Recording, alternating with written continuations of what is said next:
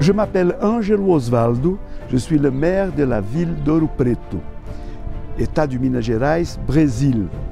Ouro Preto veut dire or noir.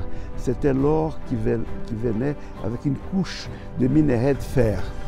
Et Ouro Preto a été la grande capitale de mines d'or au XVIIIe baroque du Brésil. Je suis membre de l'Association internationale de maires francophones.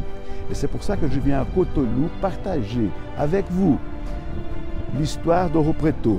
On va faire une plongée dans cette histoire, on va visiter la ville et on va souligner toutes les racines africaines de la construction de Ouro Preto, patrimoine brésilien et monument mondial par l'UNESCO, patrimoine de l'humanité.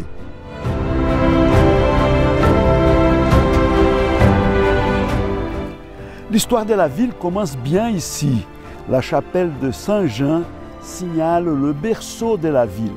Le pionnier venu de São Paulo, en traversant toute la brousse brésilienne en territoire inconnu, sont arrivés ici le 24 juin 1698 et ont fondé la ville à ce moment-là en célébrant la Saint-Jean. Le père Faria, qui faisait partie des pionniers, a célébré la première messe. Et ensuite, on a construit la chapelle de Saint-Jean. Ici, nous sommes au sommet de la montagne. Nous sommes à 1300, presque 1400 mètres d'altitude sur la grande montagne d'Ouro Preto. De l'autre côté, il y a la montagne de l'Itacolomi. Et dans cette vallée, la ville a été construite. Par une imposition du système colonial, tous les Africains devaient être baptisés, mais ils gardaient dans leur cœur la tradition venue de l'Afrique. Et en même temps, ils ont pu découvrir dans la religion catholique pas mal de saints noirs, comme Sainte Iphigénie. Sainte Iphigénie était une princesse de Nubie qui avait été christianisée par Saint Matthieu, l'apôtre Saint Matthieu. Et Sainte Iphigénie a donc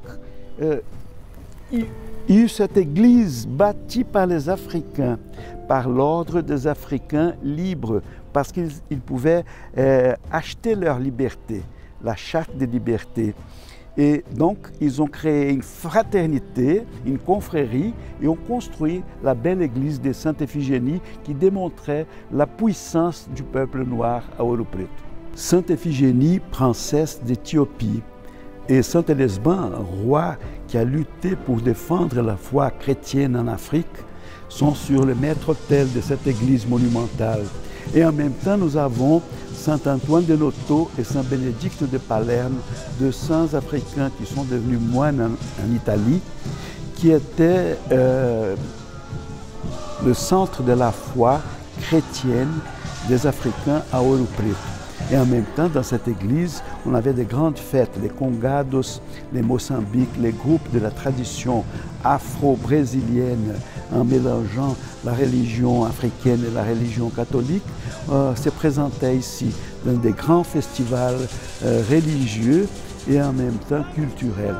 C'est très important cette église comme le noyau du syncrétisme, de la fusion de la foi africaine avec la foi catholique.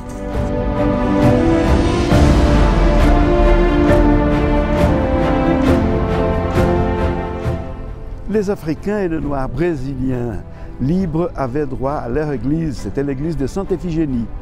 Et les esclaves ont réussi à construire leur église, celle du Rosario, l'église du Rosaire, très belle église baroque avec ses formes rondes, où il y avait de grandes fêtes. Tous les gens de Villarica venaient ici pour fêter la Vierge du Rosaire, patronne des Noirs. Arrivés au Ouro Preto, les Africains sont devenus tout de suite catholiques par imposition du gouvernement portugais.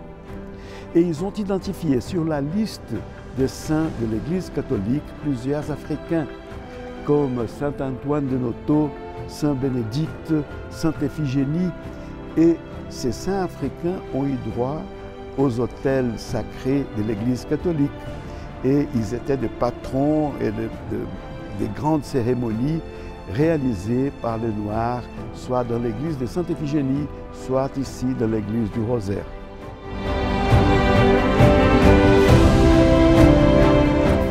il était partout dans la ville de Rio Preto, dans la province du Minas Gerais, province plus grande que la France hexagonale. Lors d'alluvions dans les rivières et dans les montagnes, a permis la construction des villes. On avait des villes, des villages partout, la première société urbaine du Brésil, dont le développement de la culture, des arts et d'une société et une civilisation du Minas Gerais, la première grande société urbaine du Brésil. Et les mines étaient derrière les maisons, en ville. Comme ça, on avait des montagnes devenues de fromage à trous, plein de galeries où les Africains pénétraient, cherchaient et trouvaient de l'or. Un grand chef d'une nation africaine, devenu emprisonné et vendu à Ouro Preto comme esclave, il a pu acheter sa liberté ici, sa charte de liberté, en gardant de l'or dans les ongles, dans les cheveux frisés. Et comme ça, il a pu acheter tout d'abord la liberté de son fils, celle de sa famille. Ils sont tous venus ensemble en tant qu'esclaves, mais en achetant leur liberté, il est devenu un grand seigneur des mines.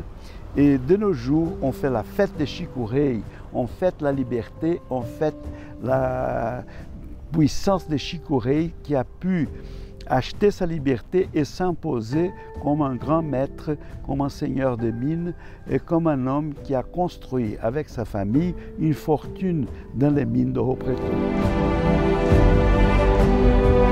L'église de São François d'Assise est le chef-d'œuvre d'Aleijadinho en tant qu'architecte et sculpteur. Aleijadinho est le nickname d'Antônio Francisco Lisboa, fils d'une africaine et d'un architecte portugais. Il est né et mort à Ouro Preto, où il a construit des églises, a fait des choses fantastiques.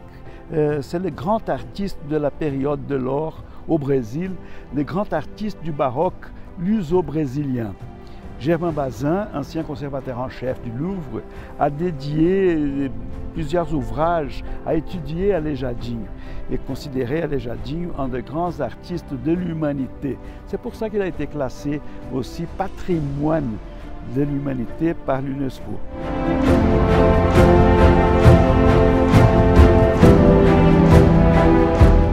La richesse de l'or était fabuleuse.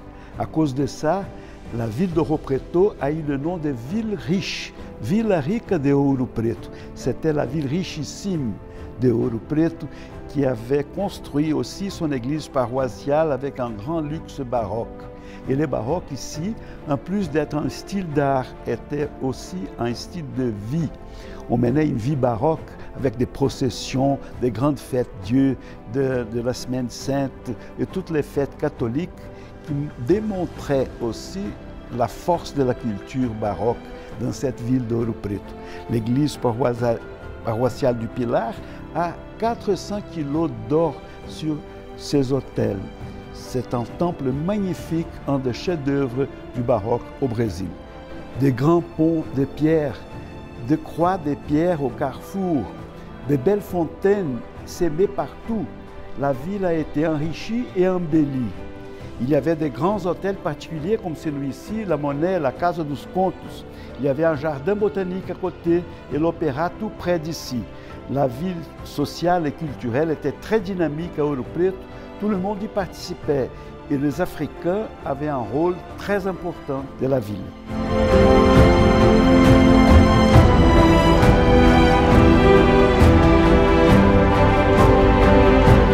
La grande place de Rio Preto, c'est le cœur de la ville. Elle est démarquée par deux grands palais. Le palais de gouverneur de la province du Minas Gerais, une petite forteresse, et l'hôtel de ville avec la prison. Cette place, c'est le centre de la ville. Tous les gens devaient passer par cette place. Et elle continue de nos jours à être le grand point de rassemblement, de convergence de la vie urbaine à Ouro Preto. Elle garde aussi à son milieu la statue de Tiradentes, les héros des insurgés de 1789. Les gens de Vila Rica, du Minas Gerais, les villes de l'or, se sont réunis pour faire un grand mouvement inspiré de l'indépendance des États-Unis et des Lumières françaises pour l'indépendance du Brésil.